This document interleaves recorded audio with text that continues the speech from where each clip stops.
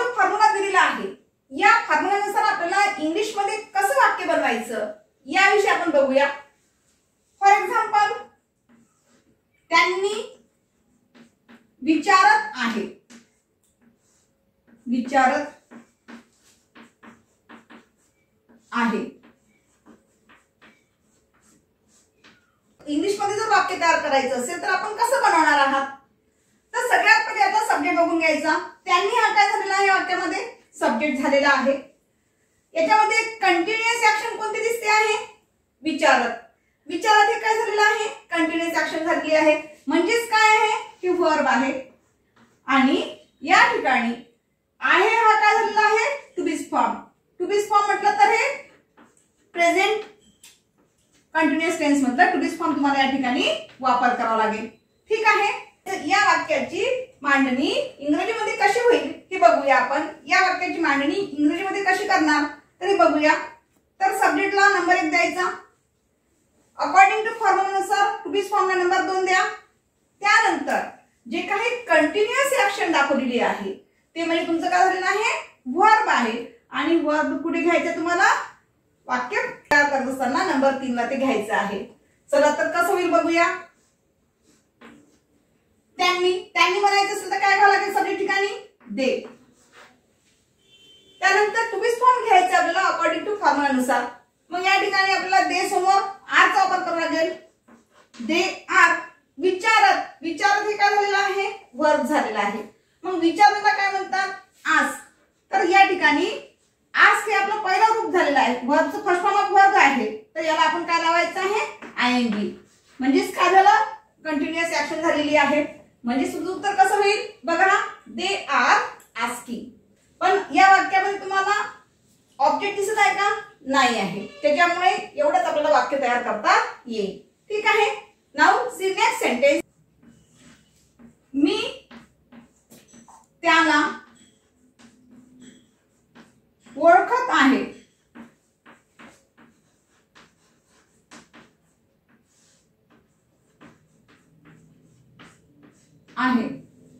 बघा या वाक्यामध्ये तुम्हाला किती शब्द दिसते आहे?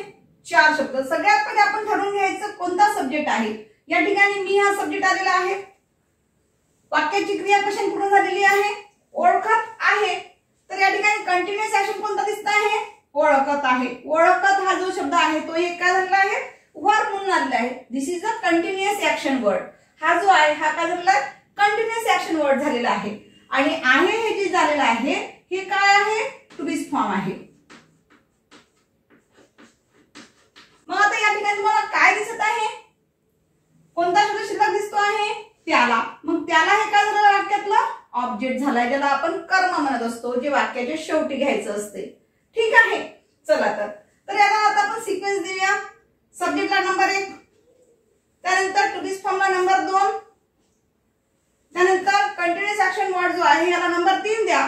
आणि जे काही ऑब्जेक्ट असेल अकॉर्डिंग टू फॉर्म्युलानुसार याला तुम्हाला काय करायचं आहे? नंबर 4 द्यायचा आहे। चला इंग्लिश मधून कसं होईल बघा, कशा प्रकारे सेंटेन्स तयार होईल। आता मी म्हणायचं असेल तर काय घ्यावं लागेल? आय।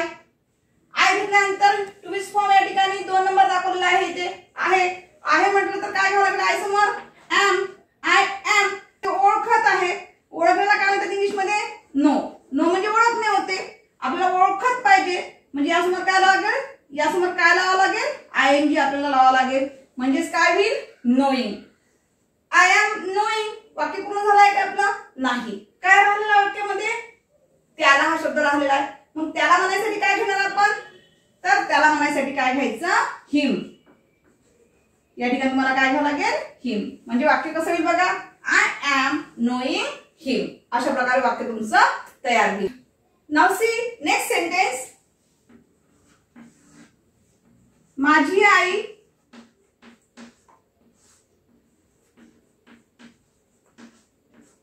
पतंग बनवत आहे। पतंग बनवित आहे। वाक्य किती जरी मोठं असेल तरीही टेन्शन घ्यायचं नाही। कशा पद्धतीने बसवायचं आहे, कशा पद्धतीने तयार करायचं आहे, तरी आपण या अकॉर्डिंग टू फॉर्म्युलानुसार लक्षात घ्यायचं। सगळ्यात पहिले काय लक्षात घ्यायचं? दिलेल्या वाक्याचा सब्जेक्ट बघायचा आहे। आता या वाक्यात तुम्ही म्हणाल इथे माझी आहे आणि पुन्हा आई पण आहे, बरोबर आहे. पण हा माझी आई हा एकच शब्द आहे. माझी वेगळा नाही वेगळा आहे का? नाही. त्याच्यामुळे माझी आई हा पूर्णतः सब्जेक्ट झालेला आहे तुमचा. कधीही आपल्याला सेंटेन्स तयार करायचं झालं असेल तर अशा वेळेला काय लक्षात घ्यायचं, त्या वाक्यातला सब्जेक्ट नेमका कोणता आलेला आहे. तो कितीही लांबलचक जरी असेल तरी आपण पहिले सुरुवातीला कन्सिडर करायचा असतो कोणता नेमका सब्जेक्ट वाक्यामध्ये आलेला आहे. तर या वाक्यामध्ये माझी आई हा जो आहे हा काय झालेला आहे, सब्जेक्ट झालेला आहे. नाही तर तुम्ही म्हणाल माझी वेगळं नाही वेगळं असं घेता येणार नाही. ठीक आहे. तर माझी आई हा सब्जेक्ट आहे. त्यानंतर आपल्याला बनवित आहे, कंटिन्युअस ऍक्शन कोणती आहे, बनवणे, बरोबर आहे. हा झाला तुमचा कंटिन्युअस ऍक्शन वर्ब झालेला आहे. आहे काय झालेला आहे, टू बी फॉर्म. त्यानंतर आणखी काय बनवत आहे, जे उत्तर तुम्हाला काढायचं आहे म्हणजे ऑब्जेक्ट आपलं निघते. काय बनवत आहे, पतंग बनवत आहे. म्हणजे तुमचं काय झालं वाक्यामध्ये, ऑब्जेक्ट झालेला आहे. चला आपण सिक्वेन्स देऊया. नंबर 1 ला सब्जेक्ट घ्यायचा, नंबर 2 ला टू बी फॉर्म घ्यायचं, नंबर 3 ला कंटिन्युअस वर्ब घ्यायचं आणि नंबर 4 ला जे काही वाक्य असेल, रेस्ट ऑफ सेंटेन्स असेल ते सगळ्यात शेवटी घ्यायला हवं. म्हणजे ते कुठे राहील, नंबर 4 ला. चला आता इंग्लिश मध्ये कसं बघूया आपण. माझी आई म्हणायचं असेल तर माय मदर. इथे माय मदर घेतल्यानंतर हा जो माय मदर आहे, माय मदर एकवचनी आहे, सिंग्युलर आहे. त्यामुळे टू बी फॉर्म सुद्धा काय घ्यावं लागेल तुम्हाला, सिंग्युलर टू बी फॉर्म घ्यावं लागेल. म्हणजेच काय, इज. My mother is. त्यानंतर अकॉर्डिंग टू फॉर्म्युलानुसार first form of verb plus ING घ्यायचं आहे. बनवण्याला काय म्हणतात, मेक. मेक मीन्स बनवणे. पण आपल्याला इथे कंटिन्युअस ऍक्शन दाखवायचं आहे म्हणजे बनवित आहे. तर या ठिकाणी आपल्याला आयएनजी लावायचं आहे. म्हणजे हा जो शेवटी आलेला ई आहे तो ई कट करून त्या ठिकाणी काय करायचं, तुम्हाला आयएनजी वापरायचं आहे. Is making. त्यानंतर काय बनवत आहे, पतंग बनवत आहे. जे काय उत्तर आलेलं असेल ते उत्तर म्हणजे तुमचं काय झालेलं आहे, ऑब्जेक्ट झालेलं आहे. पतंग बनवत आहे. किती बनवत सांगितलंय का, नाही.